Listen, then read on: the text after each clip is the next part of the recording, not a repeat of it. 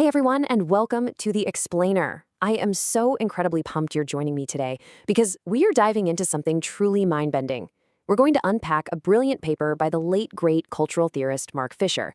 It's this essay that takes something we literally all hear but almost never actually think about, the background surface noise of recorded music, and ties it to these massive, profound philosophical and historical truths.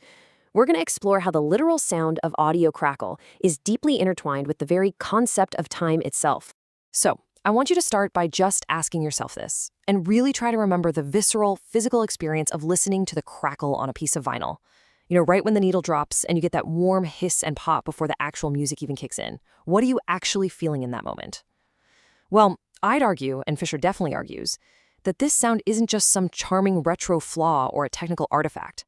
It is, quite literally, the ghost of broken time making itself known before the song even starts. Okay, here's exactly how we're going to break this down. We'll start with the sound of broken time. Then we'll move into Rockism versus the ghost and unpack postmodernism and lost futures. From there, we'll examine the original future shock, take a close look at sonic phantoms and dub, and finally, wrap it all up with listening to the dead. All right, let's jump right into section 1, the sound of broken time. To really wrap our heads around Fisher's argument, we first have to agree that the very concept of recorded music is, well, inherently kind of spooky. It's got this uncanny dimension to it.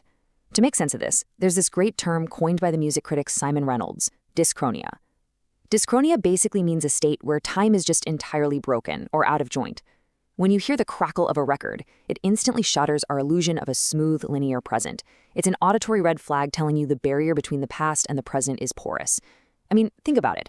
You're sitting in your room today, but you're hearing the atmospheric dust of a room from 50 years ago. We totally take recording tech for granted now, right? But the very first people to hear the phonograph were acutely aware of how terrifying it actually was. Look at this quote from an old Scientific American. They genuinely felt they were witnessing a captured slice of the past violently erupting into the present. To them, it was a phonographic revenant. Hearing a voice completely detached from a living, breathing body was something completely unprecedented in all of human history. Moving right along to section 2, Rockism versus the ghost. So how do different music fans and critics actually handle this haunting? Well, it usually boils down to this massive tension between the idea of authenticity and the reality of recording tech. This tension is perfectly summed up by the term rockism. Rockism, and we're drawing a lot on cultural critic Kodwa Eshen's theories here, is basically this default obsession with the live show, the real voice, and the raw human element. Ruckus criticism deliberately tries to repress the technology of recording. It wants you to pretend you're sitting right there in the room with the guitar player, totally ignoring the microphones, the tape loops, and the engineering that's actually piping the sound into your ears. And because of this, you get a really stark contrast in how we listen. Over on one side, rockism is constantly chasing this impossible, pure metaphysics of presence, this fantasy that the artist is right there in the room with you. But on the flip side, electronic and dub music say, you know what? No. They completely embrace the synthetic, the weird textures, and what Fisher calls the metaphysics of crackle. They lean into the unlive. They actually want you to hear the machine working. So the absolutely crucial point here is that crackle completely shatters that illusion of presence. The hiss, the pop, the audio glitches, they force us to reckon with the physical, material frame of the recording itself. They act as a roadblock, stopping us from reaching some fake mythological purity. When you hear a vinyl sample crackling away in the background of a hip-hop track, the producer is doing that on purpose to expose the ghost in the machine. Okay, zooming out a bit for section 3, postmodernism and lost futures. Let's expand this beyond just music and look at the broader cultural impact of this broken time. We've got to introduce a really vital concept here, hauntology.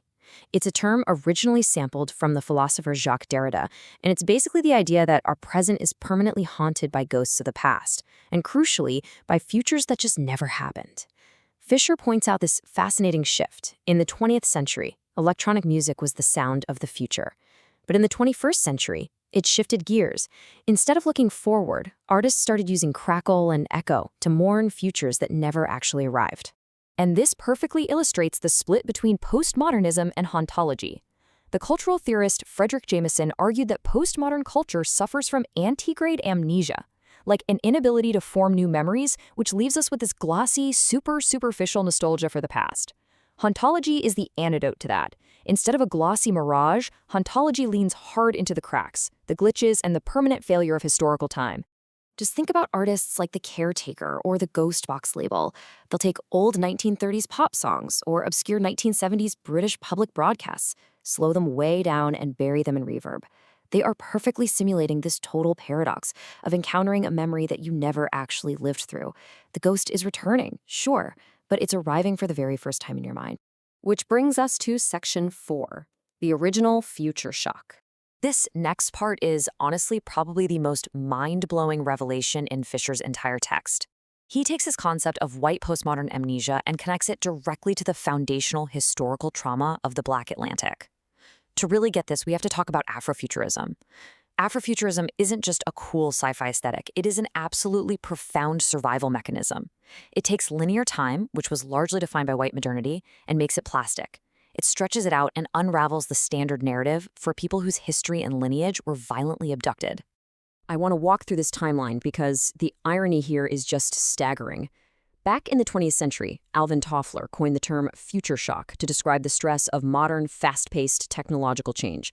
But Fisher points out that the original victims of future shock were African slaves in the 18th century. They literally experienced the ultimate alien abduction. They were ripped from their own life worlds and thrust directly into hyper-disciplined, postmodern capitalist production lines, literally 300 years before the rest of the world caught up. I really want to let this heavy quote from Kadowo Eshon sink in for a second.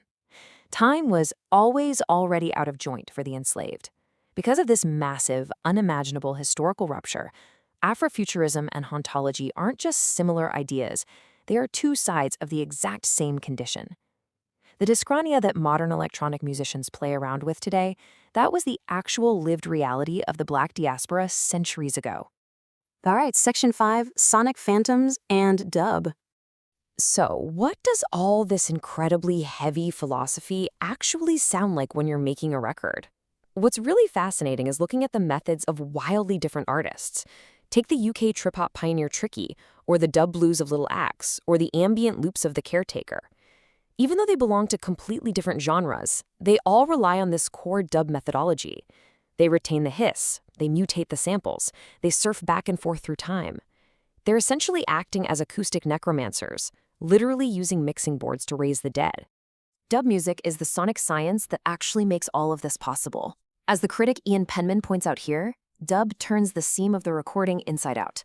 By using super heavy delays and old-school effects like the echoplex, dub creates this massive, ominous feeling of physical force that is completely separated from a live human body. It is, without a doubt, the ultimate ghostly music. And finally, section 6, listening to the dead. Let's bring this whole explainer toward its conclusion by tying the metaphysics of crackle all the way back to its roots in the blues. A lot of the time, we think of 1930s bluesmen like Robert Johnson as the absolute pinnacle of raw, untouched acoustic authenticity. But we have to remind ourselves that this authentic music only actually reaches our ears today through a thick, gothic haze of crackle. That surface noise acts as a technological double, a phono doppelganger. Those early blues records are really vast collective works of mourning that only exist for us through the cold machinery of time capture. Okay, let's quickly summarize our core takeaways from Fisher's brilliant analysis. The metaphysics of crackle completely breaks down the barrier between superficial surface noise and deep meaning.